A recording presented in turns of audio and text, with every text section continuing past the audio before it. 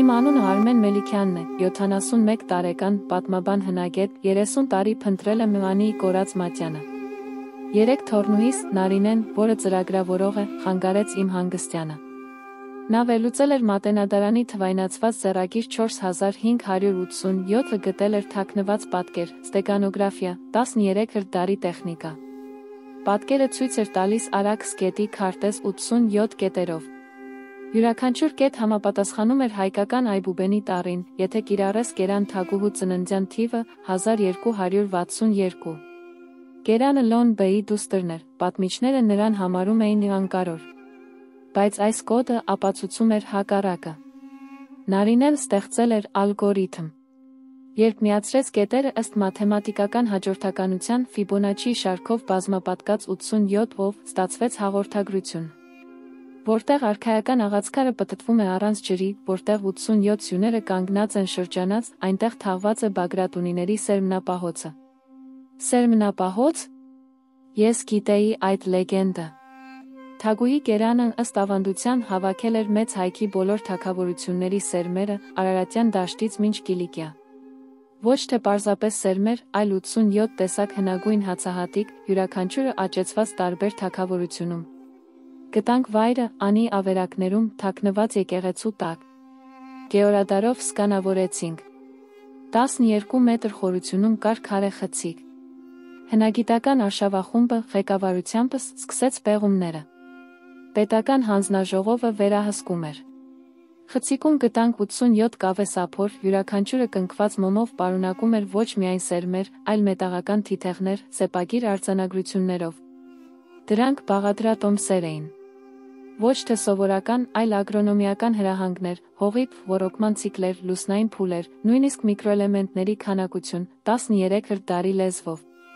Բայց ամենազարմանալին այլ բան էր։ Թիթեղները պարունակում էին երկրորդ կոդ, թաքնված հիմնական տեքստում։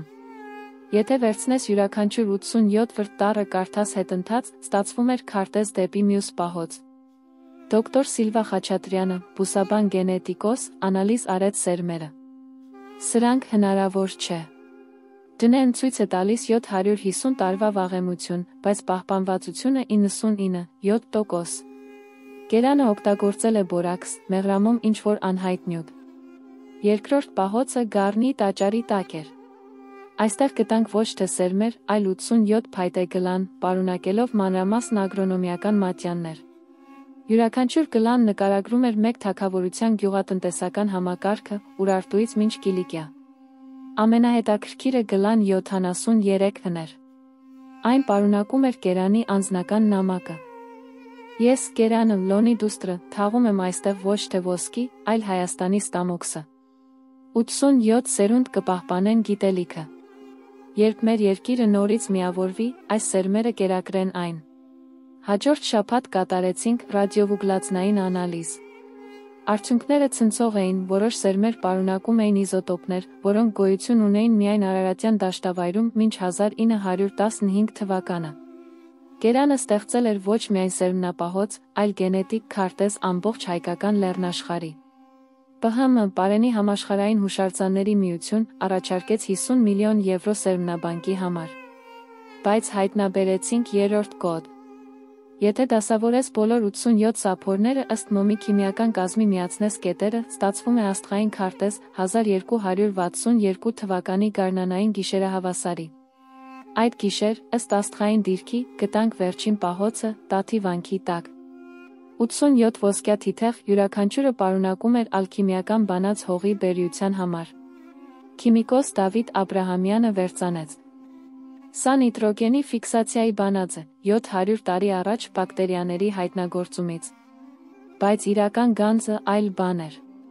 Թիթեղ 87-ում Գերանը նկարագրել էր Արարատյան ցորենն տեսակ, որը կարող էր աճել 4000 մետր բարձրության վրա, դիմանալ 40 ցրտին երաշտին միաժամանակ։ Գենետիկ անալիզը ցույց տվեց, սա հիբրիդ էր 12 վայրի տեսակներից։ Երբ տնկեցինք առաջին սերմերը փորձարարական դաշտում, բերքատվությունը 340% էր ժամանակակից սորտերի համեմատ։ Գլյուտենի պարունակությունը 0 էր, բայց սպիտակուցը 47%։ ՄԱԿ-ի պարենային ծրագիրը պահանջեց բացառիկ իրավունքներ։ Մերժեցի։